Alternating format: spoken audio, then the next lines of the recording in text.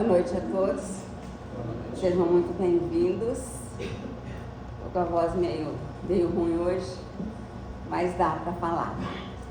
Nós temos dois livros, um livro e uma revista, né, para sorteio. Tempo e Nós, de Emmanuel pelo Chico, e Presença Espírita, que é uma revista. Fala, Júnior. Até 15. Até 15. Até 15. Fala, Júnior. Deixa eu falar? 7.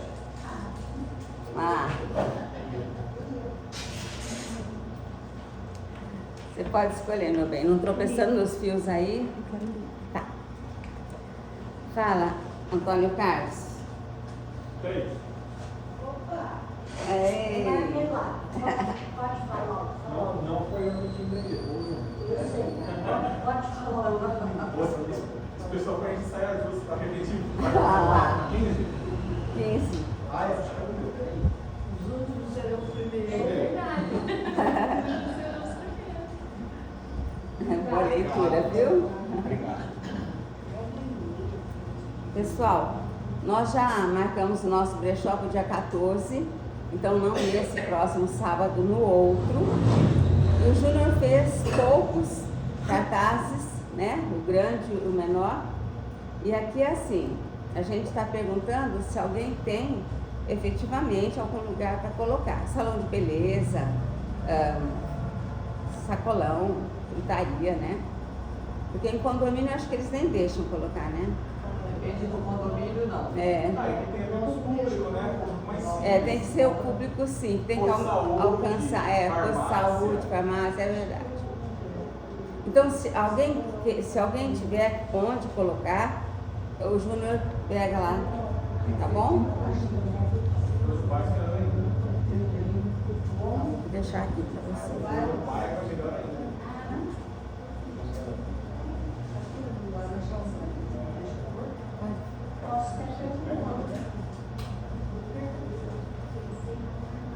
Essa pergunta e dá tempo de levar depois ainda, né? Isso. Vamos elevar os nossos pensamentos a Jesus. Silenciar os nossos pensamentos, as nossas emoções.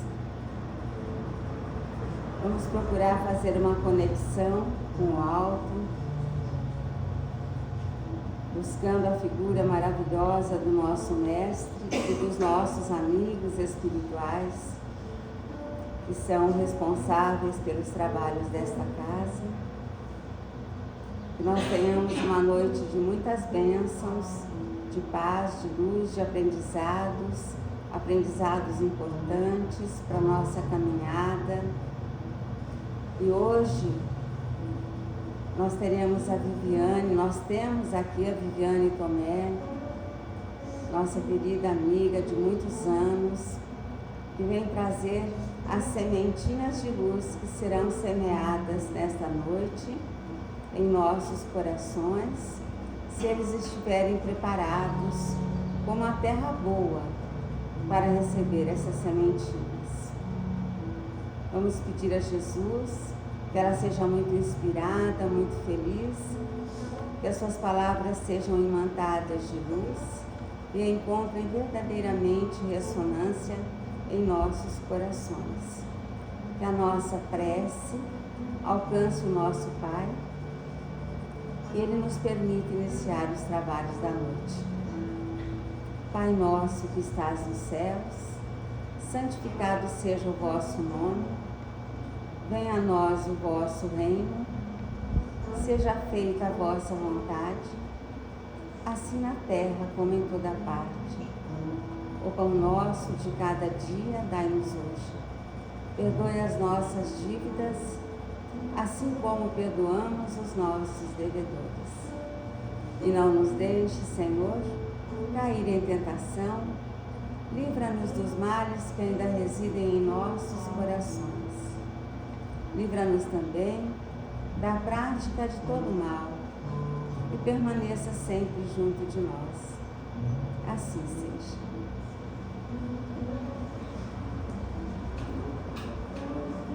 E é com alegria que nós recebemos a Viviane, que é trabalhadora antiga do Consolador, a casa que nós trabalhamos tantos anos. Vamos recebê-la, envolvê-la com o nosso carinho, com as nossas melhores vibrações. Se você precisar de mais alguma coisa, um X, alguma coisa, tá aí no cantinho, tá? Sua aguinha tá aqui, tá? Deus te abençoe.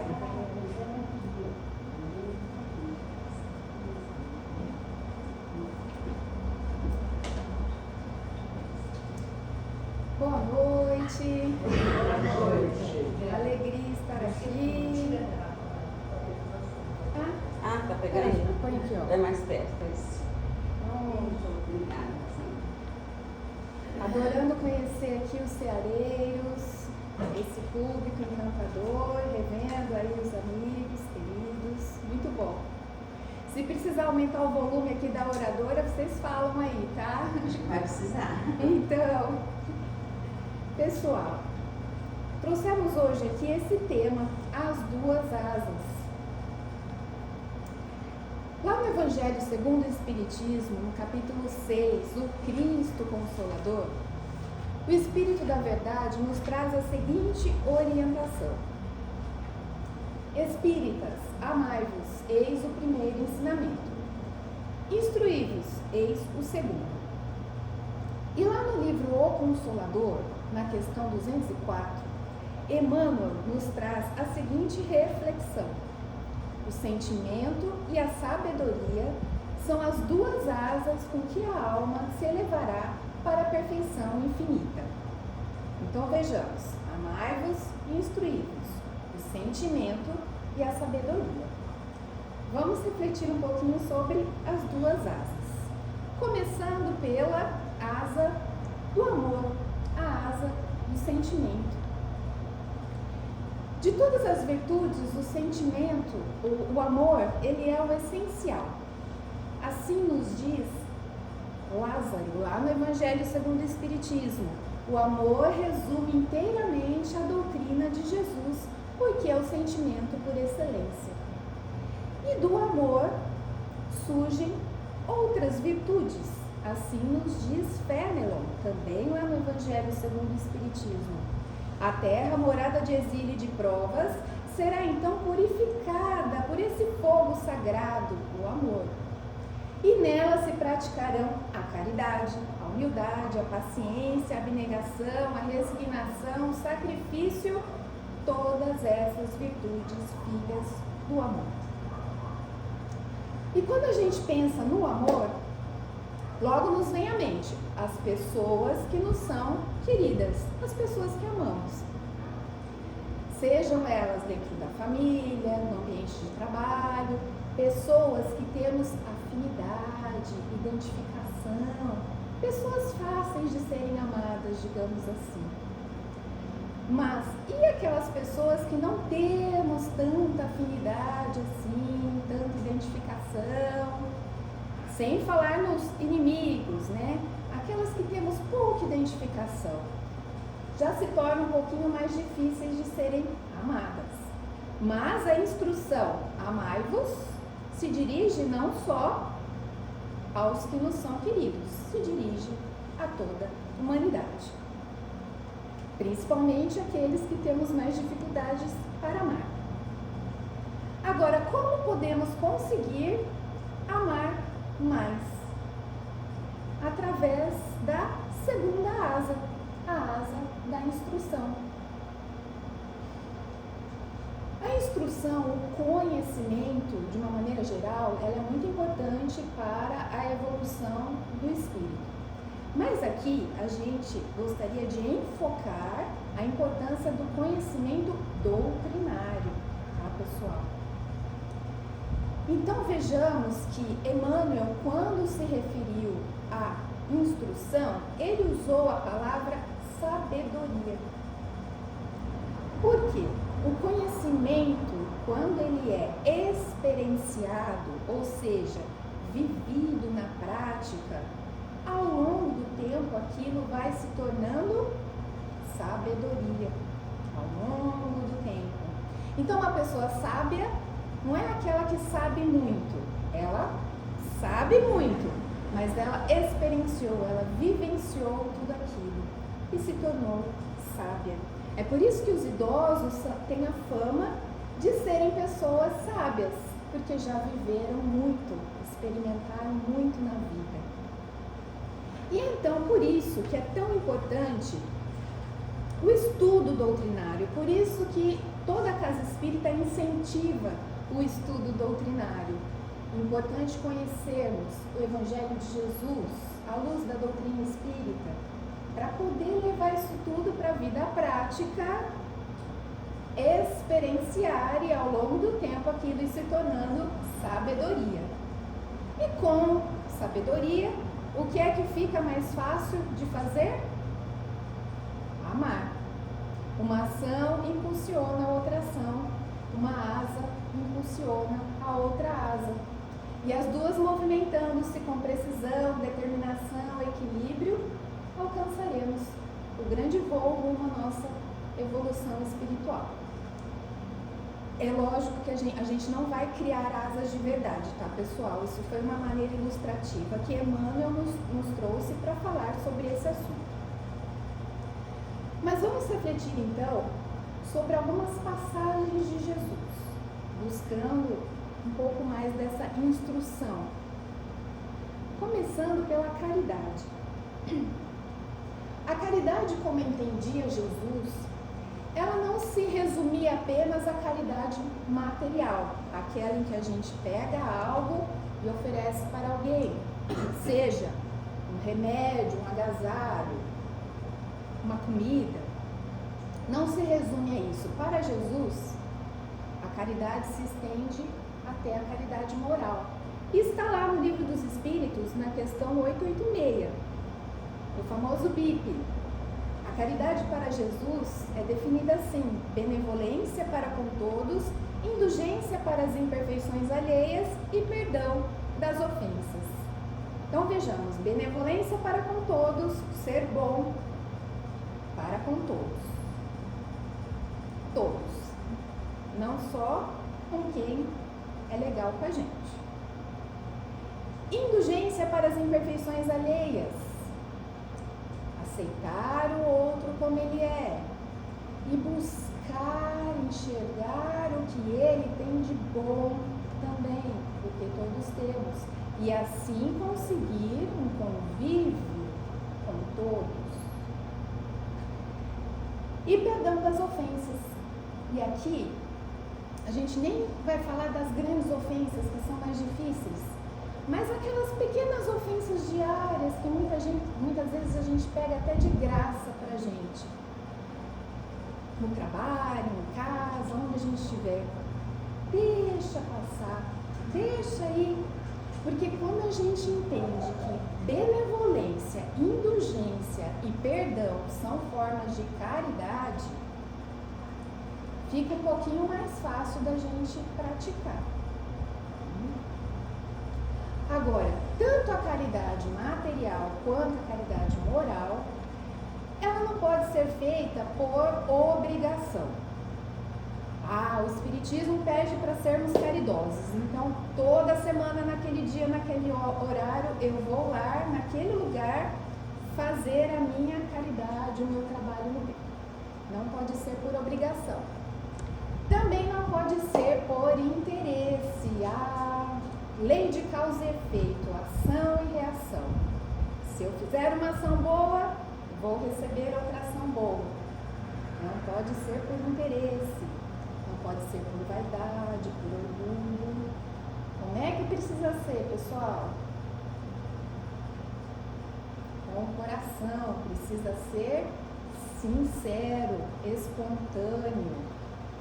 Aí sim vamos alcançar o objetivo da caridade. E Emmanuel nos fala sobre esse assunto a respeito da caridade essencial, que está lá no Vinha de Luz, que se trata da caridade de pensarmos, falarmos e agirmos segundo os ensinamentos do Divino Mestre no Evangelho. É a caridade de vivermos verdadeiramente nele, para que ele viva em nós. E aqui a gente lembra da frase de Paulo de Tarso, né? Quando diz: Já não sou eu quem vive, é Cristo que vive em mim. Mas muitos podem questionar, mas é um Emmanuel falando, é um Paulo de Tarso falando, espíritos elevados. Sim, espíritos elevados, mas que trilharam todo esse caminho que nós estamos trilhando aqui e agora e nos mostram um roteiro que precisamos seguir para alcançar o nosso objetivo de evolução também.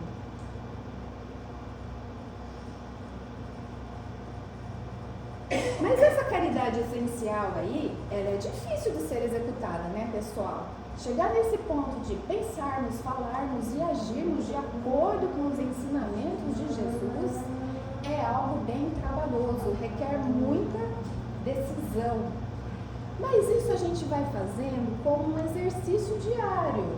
Buscar vivenciar isso, buscar vivenciar nas pequenas situações do dia esse verdadeiro homem de bem que o Evangelho nos traz. E tentar colocar essa caridade essencial em prática. Mas também muitos podem questionar, mas se eu for bonzinho o tempo todo, vão abusar de mim. É aí que está a questão. Não é só ser bonzinho o tempo todo. Por quê? Toda boa ação, ela deve vir de um entendimento interno. Por que eu estou fazendo aquilo? Quando a gente tem esse alcance, aquilo passa a fazer todo sentido. É o que a gente chama também de tolerância esclarecida. Mas nós vamos falar dela já novamente. Agora, não é porque a pessoa está lá no trabalho de caridade, no trabalho do bem, com sinceridade de coração, com a frequência correta, não é por isso que essa pessoa ela vai estar isenta dos desafios da vida, dos empecilhos, dos contratempos diários, dos famosos perrengues. Ela não vai estar isenta disso, pelo contrário. Isso vai continuar acontecendo para que ela tenha a oportunidade de colocar em prática todo o conhecimento doutrinário dela. E ao longo do tempo, ir adquirindo sabedoria. Mas uma coisa que esse trabalhador sincero no bem vai ter nesses momentos de contratempos, de desafios, é a ajuda, o amparo que vem do alto. Ele vem, sempre. Tem essa frase aqui de Bezerra de Menezes que nos diz: quanto mais doardes do que sois em benefício alheio, mais ampla cobertura de amparo do Senhor assegurará a tranquilidade de vossos passos. Então é exatamente isso que a gente acabou de falar. Quanto mais a gente faz pelo outro, mais amparo teremos nas nossas vidas. Mas essa frase tem uma parte muito interessante, porque Bezerra poderia ter dito assim: quanto mais doardes em benefício alheio. Mas ele falou: quanto mais doardes do que sois. Porque sempre que doamos algo para alguém, nós podemos doar também algo de nós. Seja o nosso afeto, nosso tempo, nossa palavra, um pouco de nós. E aqui vem uma reflexão. O que somos para nos doarmos? É por isso que o Espiritismo fala tanto em reforma íntima. Reforma íntima não é somente para nós, é para o bem de todos que convivem conosco.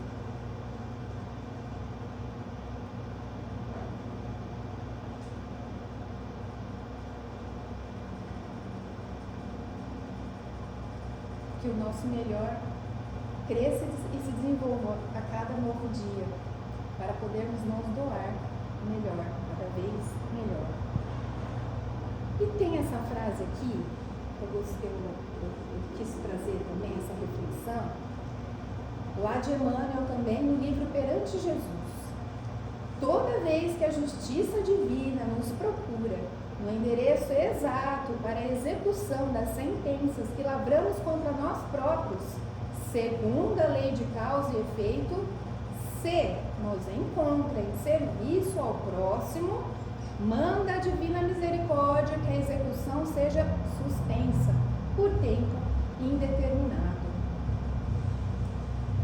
Vejamos a dimensão da importância do serviço ao próximo, do serviço no bem.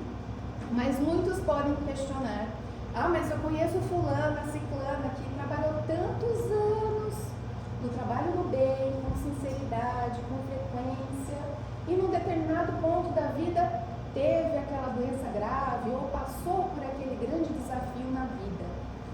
Pois é, teve, mas poderia ter sido pior. Não foi, porque de alguma forma a ação dela no mundo, pelo bem do próximo, amenizou aquele contexto todo desafiador. Deus, na sua infinita sabedoria, sabe exatamente como conduzir isso tudo. Porque se nós estamos no trabalho no bem, ótimo. Se estamos fazendo com sinceridade de coração, ótimo, é isso.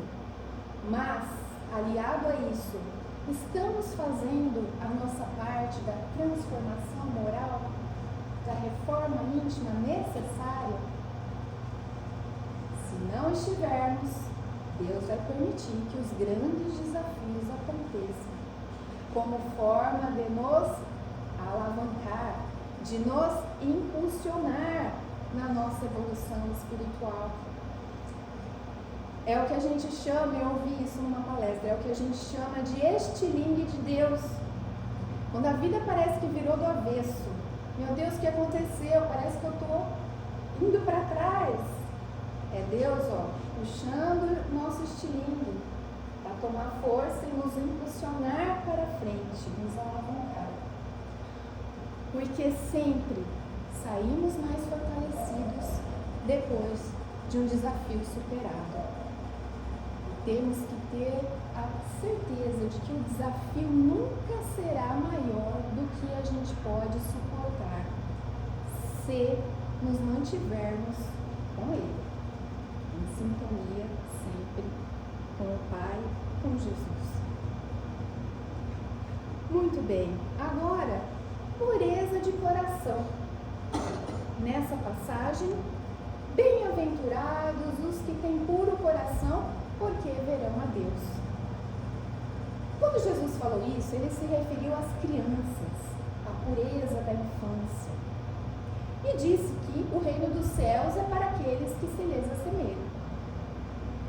Mas, ele não quis dizer que a gente precisa levar uma vida sendo ingênuos ou levar a vida de forma infantilizada. Não, o que Jesus nos pede é que tenhamos o nosso olhar atento, buscar ter um olhar sem julgamento, um olhar que vai além da aparência, que consegue enxergar a essência do outro, principalmente quando esse outro está fazendo algo de muito errado. Buscar ter esse olhar como forma de poder ajudá-lo naquele momento. Afinal, nós mesmos precisamos também muito desse olhar. E aqui a gente traz a compaixão aliada a isso tudo. A compaixão que vai além do sentir pena, vai além da piedade. A compaixão, ela consegue se colocar dentro do mundo do outro, compreender o que se passa no mundo do outro e aí poder ajudá-lo de maneira mais efetiva.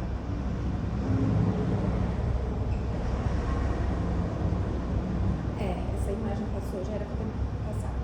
Emmanuel nos fala aqui novamente: quem seja detentor da bondade, não recuse assistência aos maus, de vez que a maldade resulta invariavelmente da revolta ou da ignorância. Eu trouxe essa frase porque Jesus nos pede que estendamos esse olhar sem julgamento, estendamos a nossa ajuda também aos maus. Ignorância das leis divinas, revolta, por experiências vividas, muitas vezes traumáticas. Não é, pessoal, uma questão de concordar com o mal, mas essa reflexão é para a gente buscar compreender o outro para poder ajudá-lo da melhor maneira possível. Até tem uma história que algum orador contou aí em alguma palestra, a história da nora e da sogra que se detestavam. Acho que a Vera lembra dessa história. Nora e sogra chispavam, saía faísca quando elas se encontravam. Até chegar ao ponto de que a nora decidiu que queria que a sogra desencarnasse. Aí foi atrás de um senhorzinho que tinha um tal de um chá. Foi lá buscar o tal do chá. E seguiu a orientação dele de que a sogra precisava tomar uma xícara desse chá todos os dias durante um mês. E ela ia alcançar o objetivo dela. E lá foi a nora, toda empenhada. Preparou o chazinho para levar para a sogra que morava lá no fundo da casa, né? Montou a bandejinha do chazinho e foi lá. Oi, sogra. Totalmente desarmada, sorridente. A sogra, por sua vez, olhou, estranhou, mas foi receptiva ao gesto. E sentou e tomou o chá. A nora, para ter certeza de que a sogra iria tomar a xícara inteira de chá, ficou ali, conversando com ela. Isso aconteceu todos os dias, durante um mês. O que aconteceu no final desse mês? As duas se tornaram amigas, porque se conheceram de fato, desarmadas. Uma conheceu o mundo da outra e puderam se compreender melhor.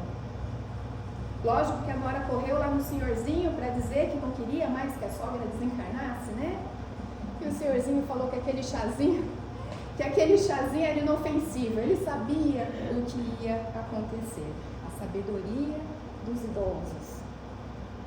Então essa historinha é para ilustrar da importância da gente buscar realmente conhecer o mundo do outro, antes de simplesmente a gente rotular. A gente tem essa mania, essa tendência, né? E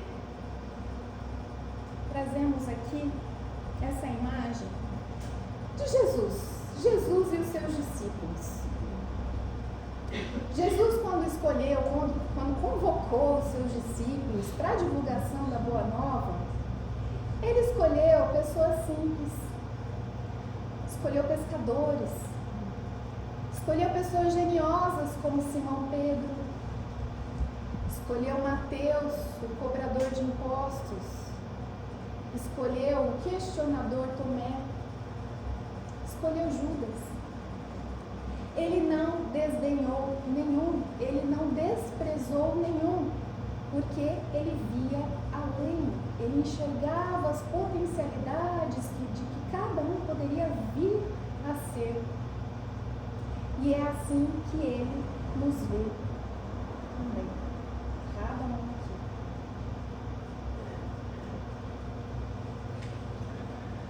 Isso é purificar o coração. Mansos e pacíficos. Muito bem. Bem-aventurados os mansos, porque herdarão a terra. Bem-aventurados os pacíficos, porque serão chamados filhos de Deus. Começando pelos mansos. Os mansos, a mansuetude, ela ainda é vista nesse mundo como vexatória. A verdade é que passa-se vergonha muitas vezes por ser manso. Porque existe ainda uma cobrança, né? Muitas críticas em cima de quem tem essa mansidão. Mas o que essas pessoas não sabem é que para ser manso de fato é preciso muita coragem. coragem, muita sabedoria, muito esclarecimento. Porque mais fácil é ser reativo e causar a confusão geral. Richard Simonetti nos fala lá em A Voz do Monte. O indivíduo manso consegue sobrepor-se aos acontecimentos, mantendo-se calmo e equilibrado, sem reações negativas. Não porque seja impassível, não porque não se importe, mas simplesmente porque é dono de si mesmo. E quem aqui consegue ser dono de si mesmo, pessoal? É um desafio imenso, exercício diário. E aqui a gente entra na tolerância esclarecida, que nós já falamos. Quando toleramos algo, aquilo precisa ser esclarecido dentro de nós. Por que eu estou fazendo aquilo? Por isso a importância sempre da nossa auto-observação. Emmanuel tem uma mensagem intitulada Tolerância, lá no livro Plantão de Paz, que nos diz o seguinte, é só um trechinho dela. Perante qualquer ofensa, não percas o sorriso fraternal e articula alguma frase capaz de devolver ao ofensor a tranquilidade. Então, quando o nosso objetivo, nosso querer está em devolver o ofensor à tranquilidade, a gente consegue não pegar aquela ofensa pra gente. Fácil? Nada fácil. Somos seres reativos, mas por isso que é importante o conhecimento doutrinário, a gente se lembrando disso nos momentos cruciais. Calma, não vou pegar isso para mim. E tem essa outra partezinha aqui, ó. Nos empecilhos da existência, tolera os obstáculos sem rebeldia, e eles se te farão facilmente removíveis. Tô saindo para um compromisso, bateria do carro, para. A gente já começa imediatamente a criar aquela historinha na cabeça. E agora eu vou atrasar, o que vai acontecer? Não vou estar lá em tal horário. A gente já pensa em 1000 situações. Calma, respira, pensa nas soluções que pode se ter. Enquanto a gente está fazendo esse movimento de pensar sobre as saídas e as soluções, a ajuda chega. Isso é tolerância esclarecida.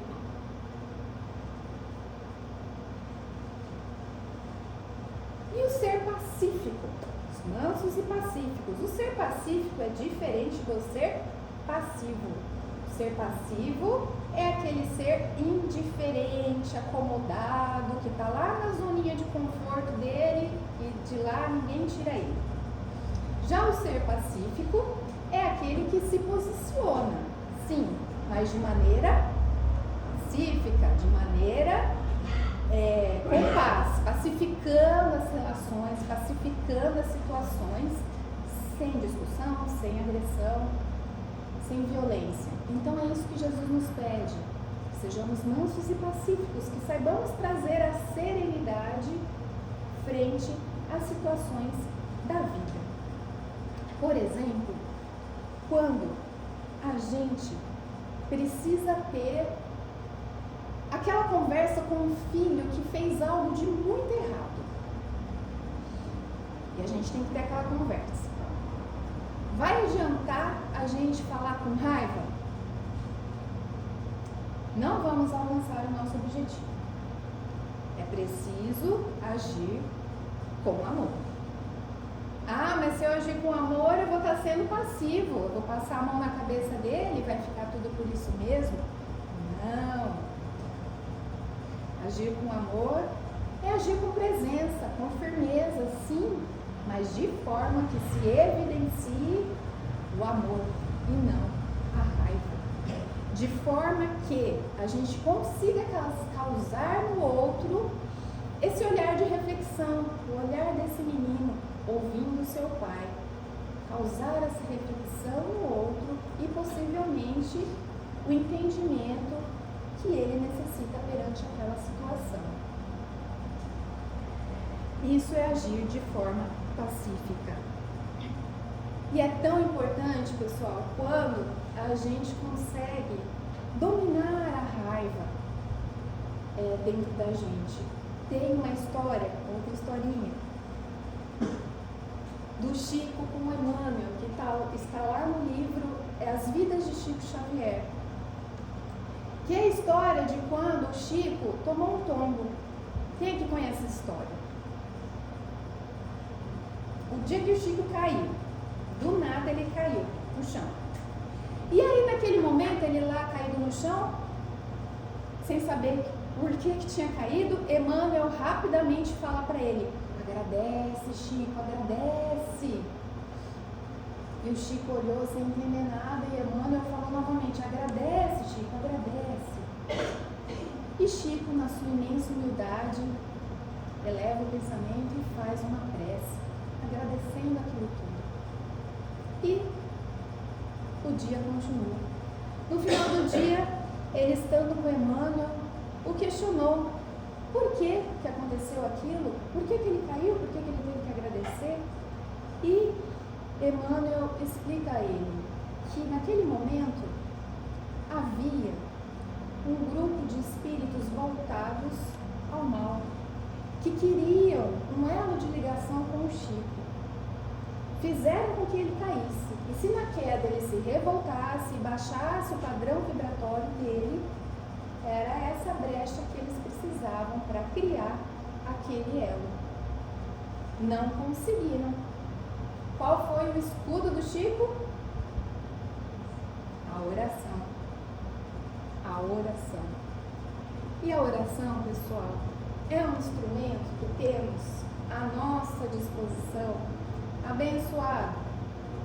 Um instrumento para a gente utilizar desde a hora que a gente acorda até a hora que a gente vai se deitar, o pensamento elevado, buscar a imagem de Jesus, principalmente naqueles momentos cruciais em que esquecemos de tudo, mas é necessário trazê-lo.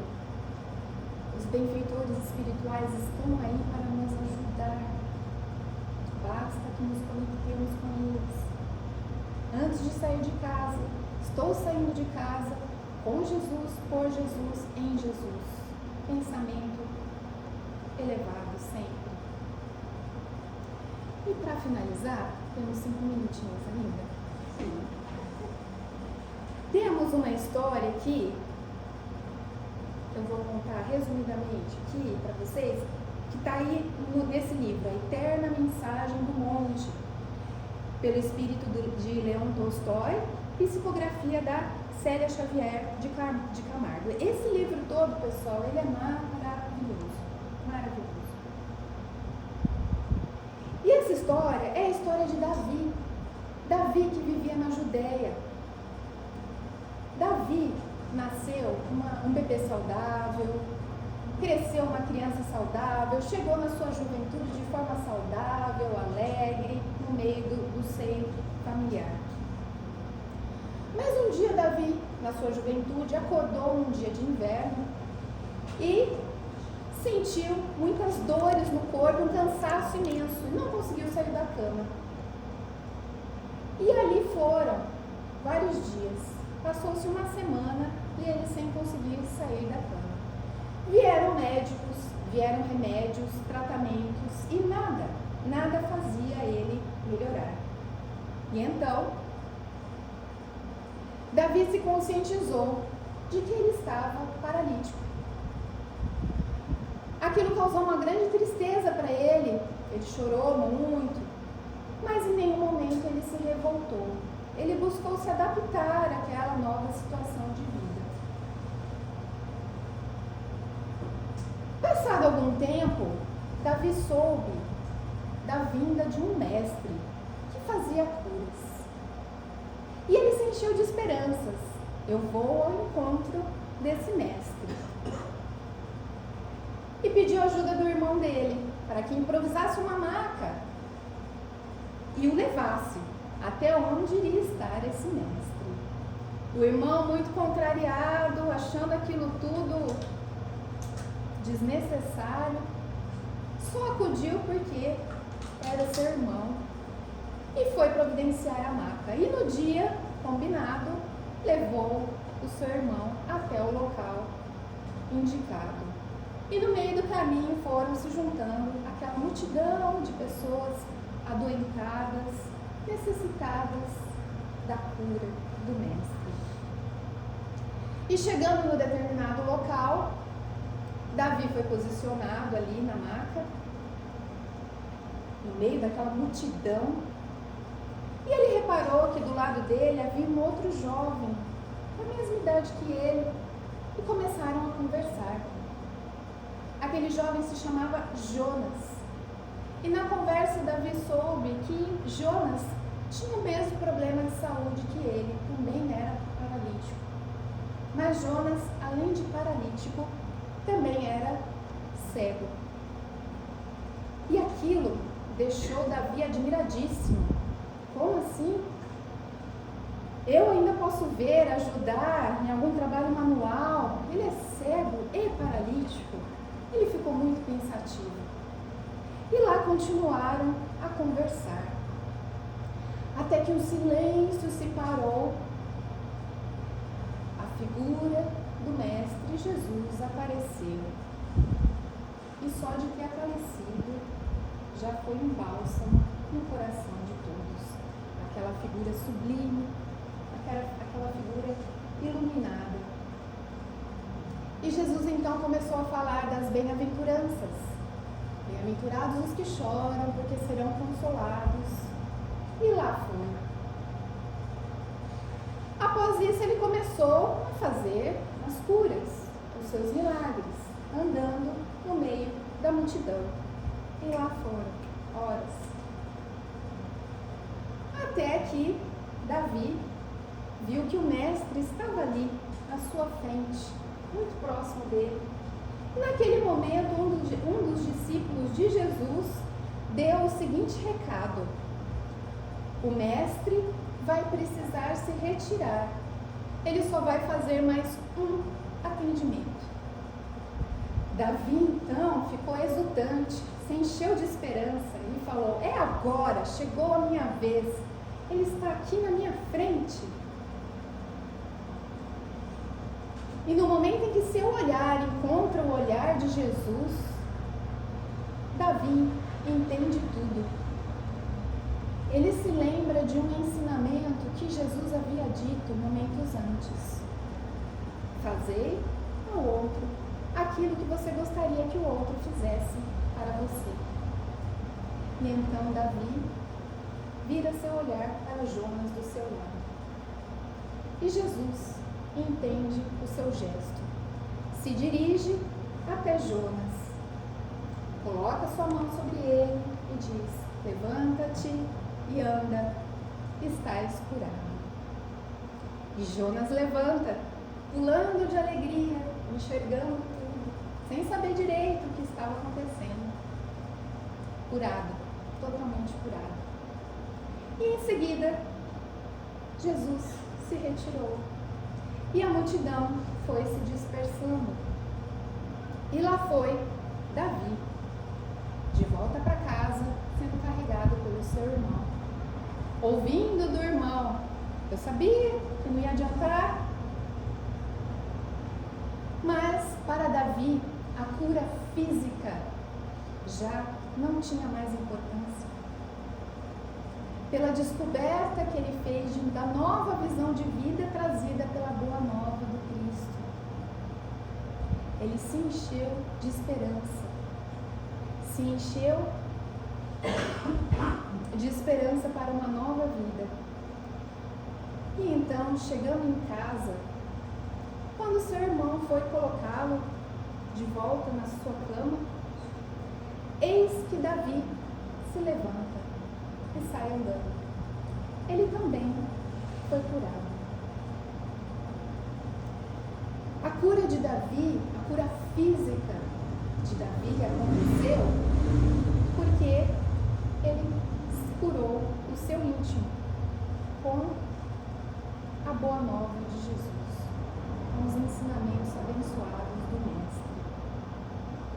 Ensinamento esse que temos aqui à nossa disposição. nos curarmos também, dia a dia. Queridos e queridas, que saibamos sempre buscar o amor e a instrução, tendo Jesus como modelo e guia nas nossas vidas, sempre a nossa melhor companhia. Muito obrigada a todos, de coração. Era isso, pessoal. Deixa eu tomar uma aguinha.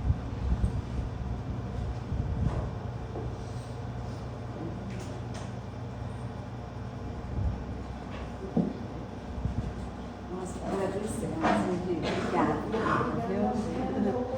Muito bom, Deus abençoe, viu? Muito bom. Deixa aqui depois eu... Nós agradecemos a Viviane pela linda mensagem que nos trouxe de fé, de esperança, tolerância, resignação, tudo que precisamos para a nossa vida ser melhor. Nós agradecemos a Jesus por esses momentos de luz que estamos vivendo. É sempre tão enriquecedor quando ouvimos falar de Jesus, dos seus ensinamentos, dos seus exemplos, porque ele sempre falava e exemplificava, ou ele exemplificava e depois explicava. Então, falar de Jesus nos enche o coração de alegria, renova as nossas esperanças, fortalece a nossa fé. E nessa noite, todos possamos sair daqui melhores do que entramos, sentindo mais paz, melhores energias, maior ânimo, bom ânimo, boa vontade, porque não basta ter vontade, ela tem que ser boa vontade. Que nós possamos, ao deixar a nossa casa espírita, nos dirigindo aos nossos lares, sentir que Jesus segue conosco. Lá chegando, vamos convidá-lo a entrar e permanecer, nos propiciando uma noite de paz, de luz, de serenidade, de trabalho, de estudo, de orientações que necessitamos, de abraços saudosos, que ele permaneça conosco durante toda esta noite, até o amanhecer de um novo dia, nos dando a alegria de mais uma vez ser a nossa primeira companhia. E nesse dia, vamos oferecer a Ele espaços para que Ele trabalhe através de nós. Que Ele possa caminhar através dos nossos pés. Que Ele possa servir através das nossas mãos. Que Ele possa ver através dos nossos olhos. Que Ele possa amar através dos nossos corações. Muita paz a todos.